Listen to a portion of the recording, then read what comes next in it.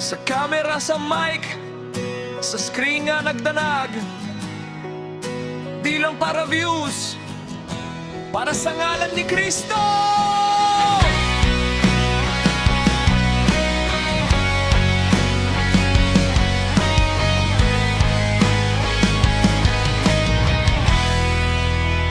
Sa kalibutan nga puno sa kasaba, dagang istorya, dahang drama, pero naami tuyo, klaro o pinuod.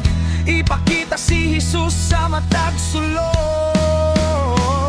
Dili para sa fame, dili para sa ngalan, kundi para sa kahayag nga moabot sa tanan. Kami ang mga vlogger para sa Ginoo, sa video, sa kanta, sa pulong nga klaro. Bisan unsa nga platform gamiton na mo, kay ang mensahe gugma gikan kang Kristo.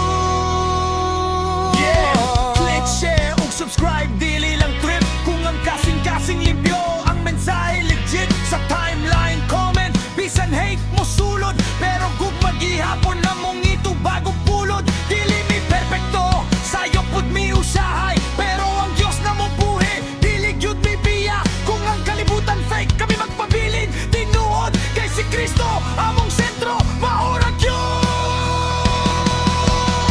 Kami ang mga vlogger para sa Ginoo, sa video, sa kanta, sa pulong nga klaro.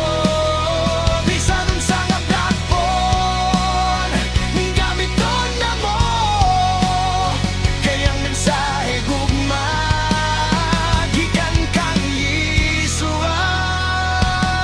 Kung ang screen papalong, ikaw ra gihapon among tumong. Dili lang online, apan sa tibok kinabuhi na mo.